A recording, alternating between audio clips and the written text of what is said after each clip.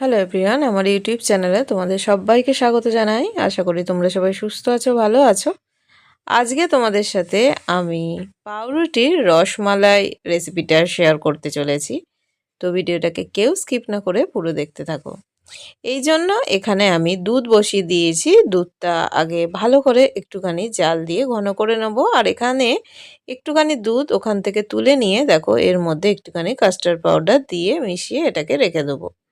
আর এদিকে কিন্তু দুধটা আমাদের জাল হচ্ছে। দুধটাকে জাল দিয়ে আমরা একটু ঘন করে নেব।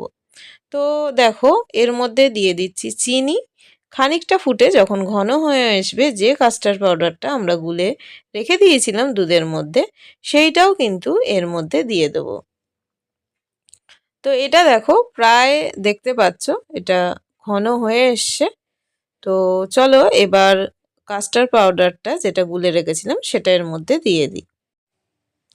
এটা দিয়েও একটুখানি খানিকক্ষণ নাড়তে থাকবো, দেখবে এটা কিন্তু বেশ ঘন হয়ে আসবে।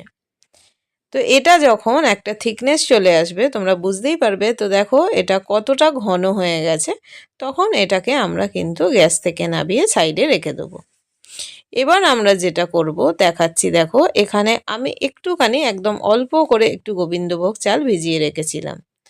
ভালো করে ধুয়ে এটা ভিজিয়ে রেখেছিলাম। এটা একটা মিক্সার জারে নিয়ে একটুখানি পেস্ট করে নেব। তো এইভাবে পেস্ট করে নিলে ফাইন একটা কিন্তু পেস্ট রেডি হয়ে যাবে। তো যে দুধটায় আমরা কাস্টার্ড পাউডার মিশিয়েছিলাম সেটা কিন্তু আমি নাবিয়ে নিয়েছি। এটা কিন্তু একটা আলাদা আবার আমাদের একটু দুধ বসাতে হবে। সেটাতে দেখো আমি যে গোবিন্দভোগ চালটা পেস্ট করেছিলাম সেইটাকে দিয়ে দিলাম, অল্প পরিমাণেই দেখেছো তোমরা। আর এখানে দিয়ে দিচ্ছি চিনি, দিয়ে এটাকে দিয়ে ভালো করে কিন্তু নাড়তে থাকবো। যখনই এরকম করে নাড়তে থাকবো দেখো এটা কমতে কমতে দেখবে একদম ঘন হয়ে আসবে। আর এখানে মেশাচ্ছি হচ্ছে গুঁড়ো দুধ। এইভাবে চলো মিশিয়ে নিলে আমাদের কিন্তু এমনি ইনস্ট্যান্ট একটা মালাই রেডি হয়ে যাবে। এটা আমরা পুর হিসেবে কাজে লাগাবো। এবার আমি কতগুলো পাউরুটি নিয়ে নিয়েছি। দেখো এর সাইডগুলোকে কিন্তু কাট করে দেবো, দিয়ে আমরা শুধু এই সাদা অংশটা নেব। সাইডগুলো রেখে দিয়ে তোমরা কিন্তু ব্রেড ক্রাম করে নিতে পারো, এগুলোও কিন্তু ফেলা যাবে না। তো চলো এগুলোকে আগে কাট করে নিই। তো দেখো এইভাবে কিন্তু সাইডগুলো কাট করে নিয়েছি। এবার যে মালাইটা আমরা রেডি করেছি সেটা কিন্তু আমরা ব্রেডের ওপরে এইভাবে দিয়ে নেব। তো ভালো করে দিয়ে দেখো পুরোটা এটা আমরা লাগিয়ে নেব। নিয়ে এর ওপরে আর একটা কিন্তু ব্রেড দিয়ে দেবো। তারপরে দেখো এইভাবে ছুরির সাহায্যে কিন্তু এইভাবে ক্রসে আমরা কেটে নেব। তো দেখতেই পাচ্ছ এইভাবে কিন্তু আমরা সমস্তগুলোকে রেডি করে নেব। তো চলো আগে সমস্তগুলোকে ব্রেডগুলোকে এইভাবে রেডি করে নিই।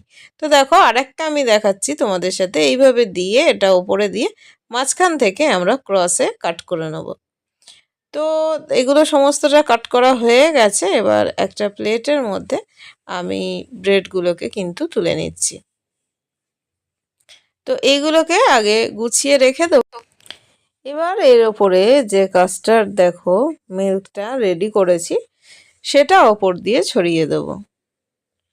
এটা কিন্তু ছড়িয়ে দিয়ে তারপরে আমরা এর ওপর কিছুটা কাজু দিয়ে দেবো।